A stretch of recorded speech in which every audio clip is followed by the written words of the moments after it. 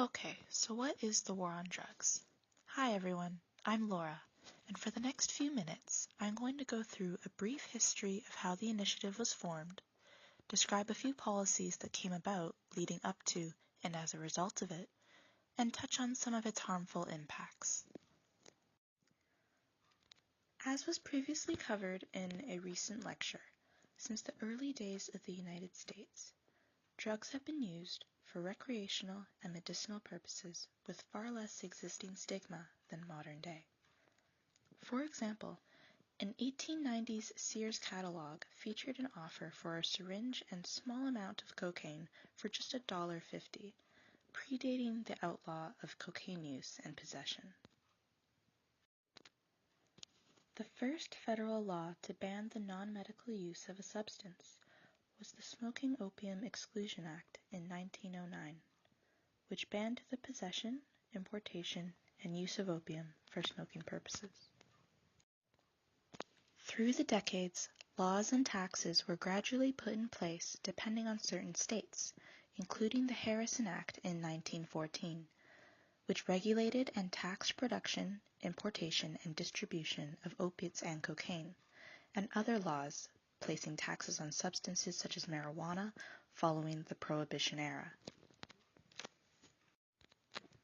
Just under 2 years into Richard Nixon's presidency in 1970, he signed the Controlled Substances Act, which classified drugs into particular categories based on their medical application and risk of abuse, regulating those presenting a higher risk with little evidence of medical benefits, such as marijuana, LSD, heroin, MDMA, and more. This gradual restriction and policies against drug use takes us to June 1971, when President Nixon declared a war on drugs in the United States. It is defined as a government-led initiative aiming to stop illegal drug use, distribution, and trade by increasing and enforcing penalties for offenders. Through this initiative, Nixon was able to push through measures such as mandatory sentencing and no-knock warrants.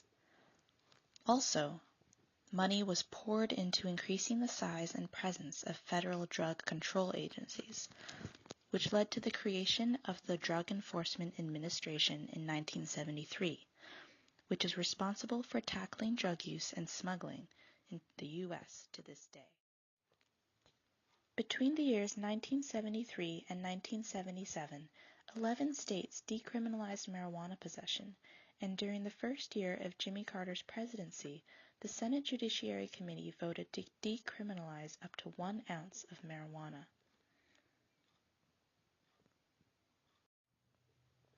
However, in the 1980s, President Reagan reinforced and expanded many of Nixon's original war on drugs policies and launched the Just Say No campaign. This refocus on drugs led to a significant increase in incarcerations for nonviolent drug crimes. In the context of the current day, public support around the legalization of marijuana in Canada and several U.S. states has contributed to a less publicized fight for the war on drugs, but its negative impact across decades still remains and continues. So why is the war on drugs harmful? By criminalizing drugs and actively feeding into the stigma surrounding drug use, government actions surrounding prohibition had a direct impact on the rise of violence and overdoses in marginalized communities. Also, in 1994, Nixon domestic policy advisor John Ehrlichman gave information in an interview that suggested that the Nixon administration had ulterior motives in advocating for drug reform, implying that it was a method that was pursued in order to assist the campaign. He is quoted as saying in the interview that the Nixon campaign knew they couldn't make it illegal to be either against the war or African American, but by getting the public to associate the hippies with marijuana and African Americans with heroin, and then criminalizing both heavily, they could disrupt those communities. The demographics affected by the war on drugs includes the African American population. The number of those in prison for drug charges, even non-violent charges such as marijuana possession, is disproportionately Black and Latinx individuals, despite statistics showing that white individuals use marijuana at higher rates with less jail time. Another impact of the war on drugs involves deportation.